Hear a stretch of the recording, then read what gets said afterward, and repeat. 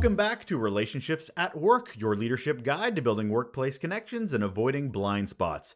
I'm your host, Russell Lolliker, a communications and leadership expert with a couple of decades in those areas and a whole heap of curiosity on how we can make the workplace a better place.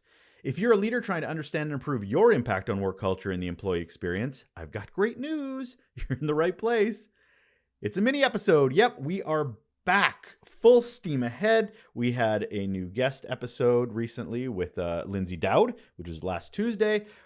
A plethora of amazing guests still to come, but these are our mini episodes. I've been away, Thailand, birthday.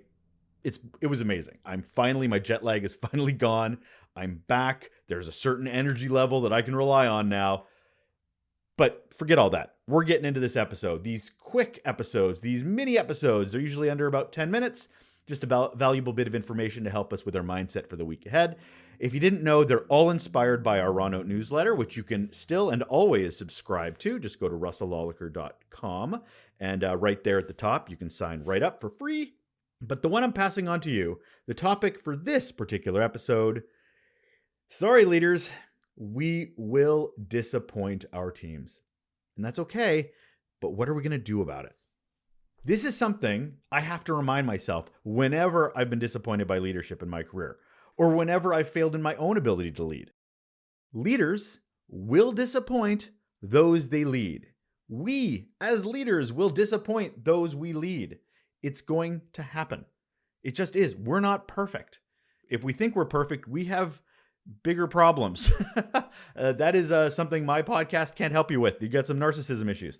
But however, if we understand that we are going to fail, we're also going to see failure above us too from our own leadership as employees. And these are all things we have to come to terms with. Whether as employees, whether we find those leaders don't react in the way we were hoping, or decisions are made that we feel don't properly value our work, or those leaders that we see above us drop the ball when it comes to listening to our concerns. Or on the flip side, as a leader, we'll miss things that are important to our team and its culture. Or we'll prioritize work that others don't think is as important. Or we'll serve our bosses and prioritize their needs over those that we are entrusted to lead. These disappointments can lead to employees feeling undervalued, less important. If it happens enough, they'll talk about how terrible leaders we are, either in their heads or to their colleagues or online. What should give us pause and reflection is this happens because, get this, leaders are human. Leaders are human beings. I know, not a surprise, but certainly one that needs reiterating. I know I've had to remind myself over the years, I'm human. I can screw up. But it's what I do about that screw up that shows real leadership. Now, we can wish leaders were better leaders, make better choices, communicated better, didn't assume, listened more, cared more.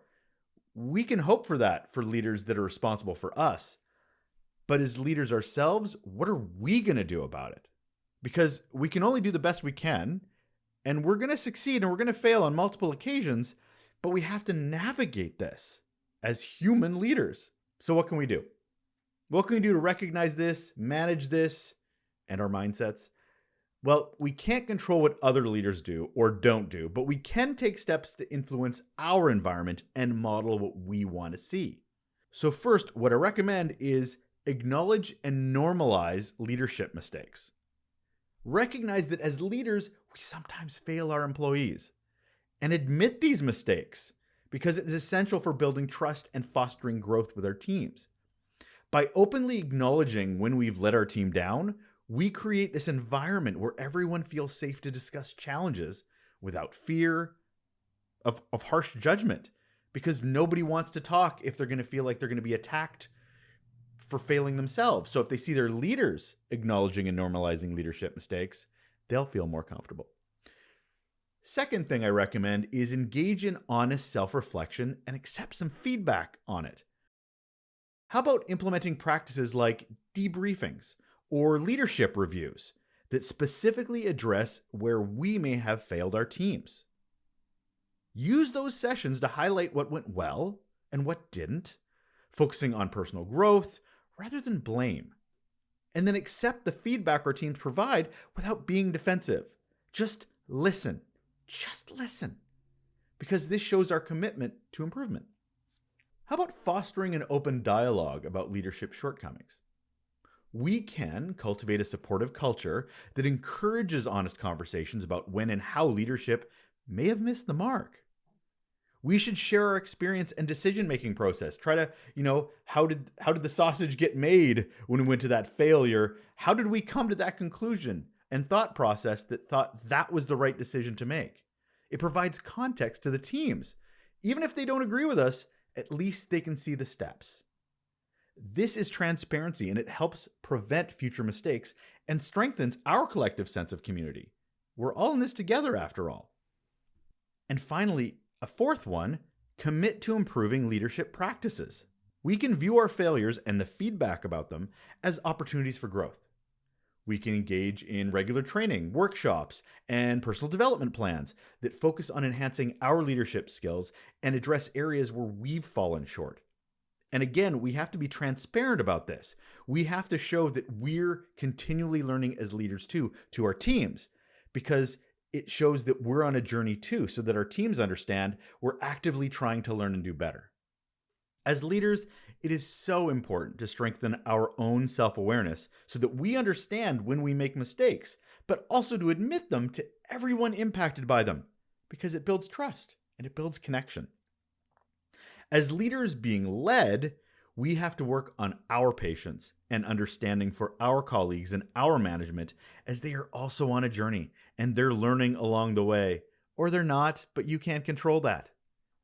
You can only control your compassion and your empathy. Now, whether we are impacted by these mistakes or the ones making them, we have a role to play in creating a healthy workplace. So it's best if we focus on our journey and hopefully inspire others to focus on theirs. It's a quick one today. All done. Wrapped up in a bow. That is another episode of Relationships at Work, a mini episode, one of those little ones to help shift your brain. I hope you enjoyed this one. Like I said, they're quick, they're dirty, they're helpful, hopefully, to get you thinking about the week ahead. If you enjoy these mini episodes, if you enjoy the guest episodes, I ask a favor of you. If you're on Spotify or Apple Podcasts, hell, even YouTube, leave a rating, review, comment, something that shows how much value you're getting from the show.